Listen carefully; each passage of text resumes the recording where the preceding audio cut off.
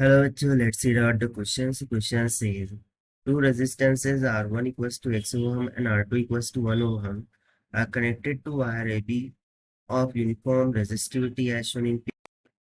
The radius of wire varies linearly along its axis from 0.2 mm at A to 1 mm at B.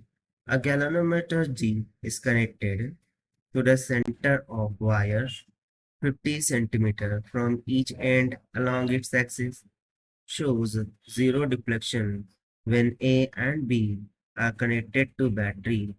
The value of X is। यहाँ पर आप diagram में देख सकते हैं कि R1 एंड R2 दो रेजिस्टेंस है और A टू B पॉइंट के बिटवीन में वायर को कनेक्ट किया गया है जिसकी यूनिफॉर्म रेजिस्टिविटी है।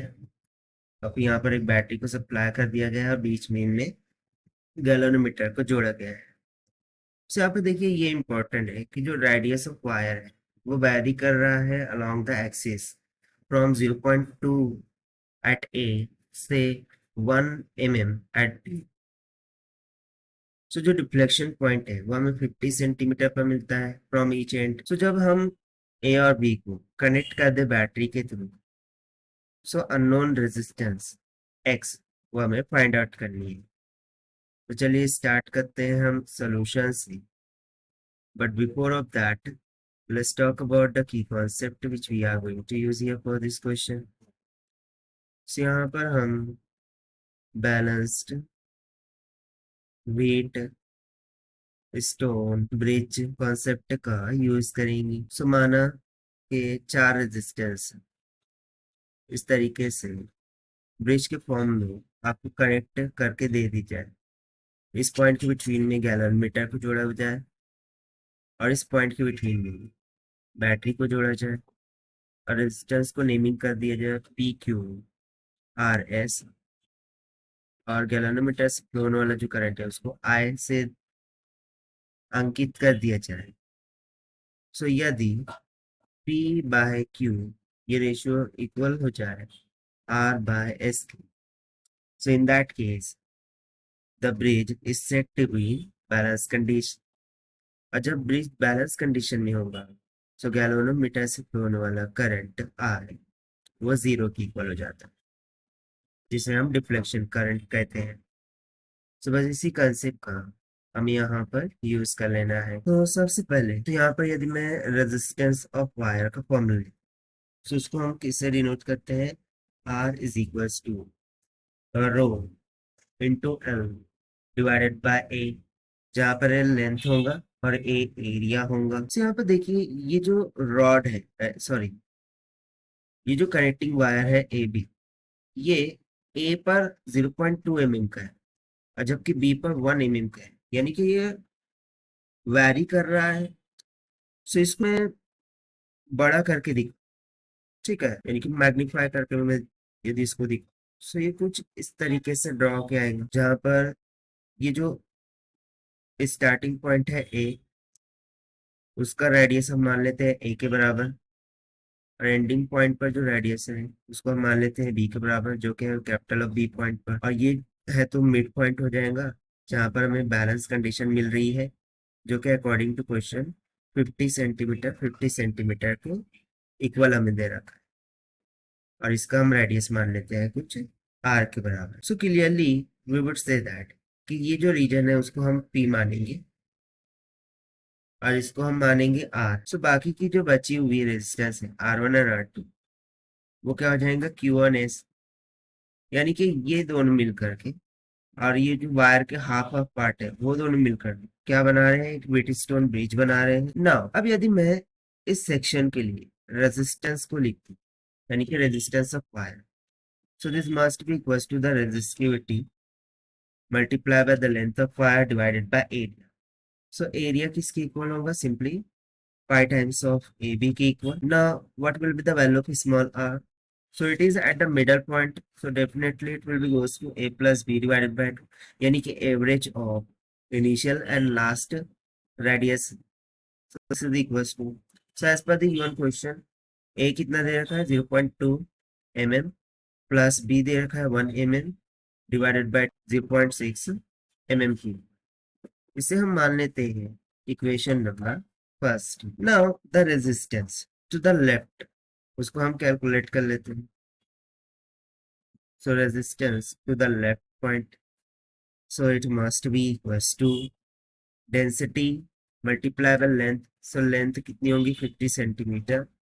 सो 50 सेंटीमीटर है, सो मीटर में कन्वर्ट करने के लिए 10 टू द पावर माइनस 2 से मल्टीप्लाई कर दिया, डिवाइडेड बाय पाई इंटू में ए है 0.2 mm, सो यानी कि 10 टू द पावर माइनस 3 से मल्टीप्लाई करना होगा, मल्टीप्लाई है बी है 1 mm, यानी कि 1 into 10 to the power minus 3। So इसको अभी हम एज इट इज रखते हैं और सेम तरीके से the resistance to the right section को भी कैलकुलेट कर लेते हैं।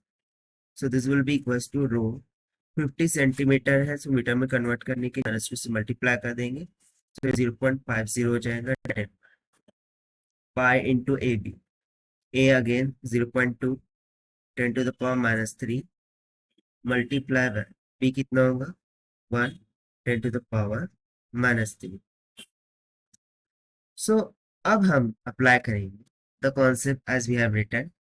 For Wheatstone bridge the balance condition says that कि P by Q is must be equals to R by S। ठीक है, सो माना कि P की जगह पर R1 है, Q की जगह पर ये जो हमने माना है P है, this is nothing but equals to R की जगह पर हम मानेंगे कि भाई R2 है, और S की जगह पर माने कि Q है, जहां पर according to question do remember that R1 is a known resistance X which we need to calculate here। सो अब हम जो लेफ्ट एंड राइट रेजिस्टेंस यहाँ पर हमने फाइंड करा, जिसको हमने यहाँ पर मान भी रखा है पी और आर की इक्वल, उसको हम यहाँ पर सब्स्टिट्यूट करेंगे। सो देखिए R1 तो हो गया X डिवाइडेड P।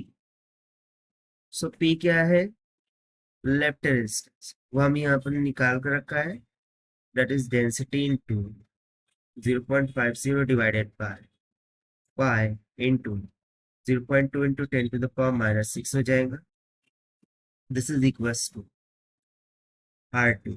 अब R2 हमें कितना दे रखा है 1 ओम, से हो जाएगा 1 ohm divided by Q। So basically इसको हम R ना लिखते हुए Q कर लेते हैं ताकि हम उसको डिफरेंशिएट कर सकें। So Q is what, the resistance to the right. So ये भी तो हमने यहाँ पर कैलकुलेट किया था, देखिए ये वाला। सो ये वाला पार्ट हमें हम यहाँ पर सब्स्टिट्यूट कर देंगे, density into 0.50 divided by pi into में 0.2 into 10 to the power minus 6। अब जो भी कॉमन टर्म्स है उसको हम सिंप्लीफाई करेंगे। So further this can be written as x multiply by pi ऊपर चला जाएगा, 0.2 भी ऊपर चला जाएगा। Okay, so just do one correction here. यहाँ पर हमने rho L upon pi A B इस तरीके से लिखा, ठीक है, बट यदि हम यहाँ पर लेफ्ट एंड राइट के लिए बात करें, सो लेफ्ट रेजिस्टेंस के लिए जो है तो ए किसके इक्वल हो जाएगा, सॉरी बी किसके इक्वल हो जाएगा, आर के इक्वल, ठीक है, और राइट के लिए भी ए किसके इक्वल हो जाएगा, आर के इक्वल, यानी कि लेफ्ट कंडीशन के लिए B will become equals to R. So उस कंडीशन में यहाँ पर 1 नहीं आएगा बल्कि यहाँ पर 0.6 आएगा। उसी तरीके से राइट कंडीशन के case A will become equals to R. So उस कंडीशन में यहाँ पर ये 0.2 की जगह पर क्या होगा 0.6, और यहाँ पर ये 1 रहेगा, ठीक है, तो इतना करेक्शन कर लीजिए। So after doing the correction अब यहाँ पर हम क्लियरली बोल सकते R1 by P and P means to cell left. So उसमें क्या है 0.2 0.6, यानी कि 0.2 0.6 आएगा, 1 नहीं आएगा, और इसमें 0.2 की जगह पर 0.6 और यहाँ पर 1 होगा, ठीक है। So now if we try to simplify, so this will become x into pi into 0.2 into 0.6 divided by density rho into 0.5 into 10 to the power 6.